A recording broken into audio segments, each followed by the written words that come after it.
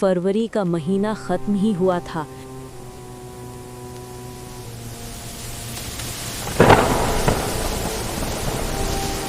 कि मार्च की गर्मी ने सबका बुरा हाल कर दिया। सूरज की तेज धूप से सूर्यगढ़ के खेत और तालाब सूखने लगे। लोग अभी ठंड से निकले ही थे कि अचानक पड़ी इस गर्मी ने सबका जीना मुश्किल कर दिया। खेत बंजर हो गए, तालाब सूखकर मिट्टी बन गए। सूर्यगढ़ में बस गर्मी का एक बहरा सन्नाटा छाया हुआ था। ओ शंभू भाई, जरा रुकना मेरे दोस्त। मेरे पैरों में अब दम नहीं रहा। मेरे जूतों के छाले अब फटने लगे हैं और हर कदम पर जलन हो रही है। ये जमीन नहीं है, ये तो जैसे कोयलों की भट्टी है जिसमें हम चल रहे हैं। देखो तो सही, मेरी चमड़ी तक सूख कर सख्त हो गई है। ऐसा लगता है जैसे सूरज ने आज हमारे गांव पर कोई पुराना बदला लेने की कसम खा ली हो। सही कह रहे हो गोपाल, मेरी तो आंखों के सामने अंधेरा छा रहा है और सांस लेना भी मुश्किल हो रहा है।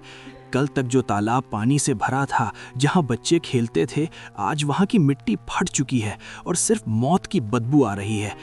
गांव के पशु पक्षी बिना पानी के तड़प कर दम तोड़ रहे हैं और हम इंसान सिर्फ तमाशबीन बने बैठे हैं। ये धूप नहीं है गोपाल, ये तो मौत का नंगा नाच है जो हर जिंदा चीज को निगल रहा है। अब और बातें मत करो शंभू, वरना यहीं रास्ते में ढेर हो जाओगे। जल्दी चलो और अपनी अपनी झोपड़ियों में दुबक जाओ। कमला, ओ कमला, जरा बाहर आना। देखो मेरा हाल। आज की धूप ने मेरी चमड़ी तक झुलसा दी है और मेरा पूरा बदन जल रहा है। पूरा दिन शहर की गलियों में भटका कि कहीं कोई मजदूरी मिल जाए, कोई एक दिन का काम दे दे, पर सबने दरवाजे बंद कर लिए। सब कहते हैं कि इतनी धूप में काम कौन करेगा। कमला, जरा वो मिट्टी का घड़ा निकालना, मुझे थोड़ा पानी पीना है, बस एक बूंद।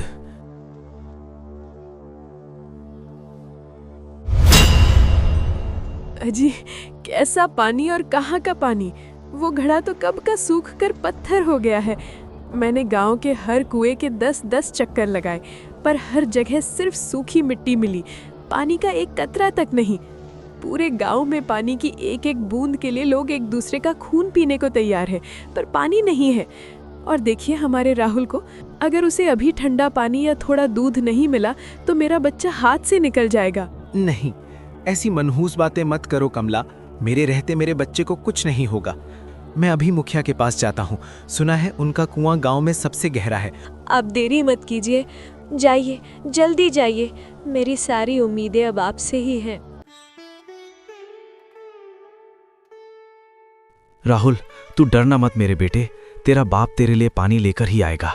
चाहे मुझे सूरज से ही क्यों न लड़ना पड़े, मैं पीछे नहीं हटूंगा। बस थोड़ी दूर और मुखिया की हवेली बस आने वाली है। ओ मंगू, ओ कालू, कान खोल कर सुन लो। हवेली के चारों तरफ पहरा लगा दो और हर गली में अपनी नजर रखो। हमारे कुओं पर बड़े बड़े ताले लटका दो और किसी भी गरीब को करीब मत आने देना। ये गांव वाले भिखारी हैं, एक बार पानी दिया तो पूरा कुआं खाली कर देंगे और कल को मेरे पास कुछ नहीं बचेगा। ये पानी सिर्फ मेरे लिए, फसलों के लिए है। मुखिया जी, मैं मदन हूँ, आपका पुराना मजदूर जो आपके खेत में सालों से काम कर रहा है। मालिक, कृपा करके अपने कुएं से सिर्फ एक लोटा ठंडा पानी लेने दीजिए। मैं आपका ये एहसान जिंदगी भर अपनी मेहनत से चुकाता रहूंगा। अरे मदन, पानी कोई सस्ती चीज नहीं रही अब। ये तो सोने से भी ज्यादा कीमती हो गया है। तेरे पास देने को क्या है? न तेरे पास पैसे हैं, न तेरी सेहत में अब दम रहा कि तू काम कर सके। चल भाग यहाँ से, वरना मेरे कुत्ते तेरी हड्डियां चबा जाएंगे। मैं आपके खेत में साल भर मुफ्त मजदूरी करूंगा, बस थोड़ा सा पानी दीजिए। जुबान बंद कर बदतमीज। तेरी हिम्मत कैसे हुई मुझसे जुबान लड़ाने की? मंगू, इसे धक्के मारकर बाहर फेंको। तू इस गांव में गरीब बनकर आया है और गरीब बनकर ही मरेगा। निकल! हे भगवान, ये तेरी कैसी दुनिया है? जिसने दिन रात पसीना बहाया, उसके नसीब में 2 बूंद पानी नहीं, और जो सिर्फ बैठकर हुक्म चलाते हैं, उनके पास दरिया है।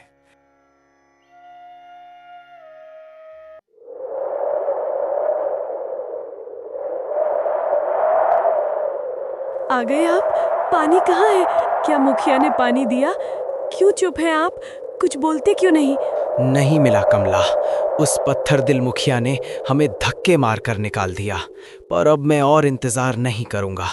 मैं जा रहा हूं काले पहाड़ की उन घाटियों में जहां लोग जाने से डरते हैं। सुना है वहां एक श्रापित झरना है जो हमेशा ठंडा पानी उगलता है।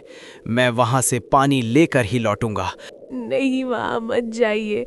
बुजुर्ग कहते हैं कि वहाँ की धूप इंसान को राख बना देती है और वहाँ कोई भयानक साया रहता है। आपको कुछ हो गया तो हमारा क्या होगा? यहाँ बैठकर रोने से मेरे बेटे की प्यास नहीं बुझेगी। तुम राहुल का ध्यान रखना, मैं आता हूँ। मदन ने काले पहाड़ की तरफ निकल पड़ा। धूप इतनी शक्तिशाली थी कि रास्ते में खड़े पेड़ों से पत्तियां गिरकर खुद ब खुद जलने लगती थीं। मदन की हर सांस गर्मी की वजह से उसके अंदर जल रही थी, पर उसके कदम नहीं रुक रहे थे। अब और कितनी दूर मदन? मेरा पूरा बदन पानी मांग रहा है। आंखों के सामने अंधेरा छा रहा है। मदन अपनी आखिरी सांसें गिन रहा था। उसकी हिम्मत जवाब दे रही थी। कोई है जो इस प्यासे को 2 बूंद पानी दे सके? मेरा गला जल रहा है। बाबा, आप इस मौत की धूप में यहाँ क्या कर रहे हैं? कोई है जो इस प्यासे को 2 बूंद पानी दे सके? मेरे पास तो खुद एक बूंद पानी नहीं है। पर रुकिए, मैं आपको ऐसे मरने नहीं दे सकता।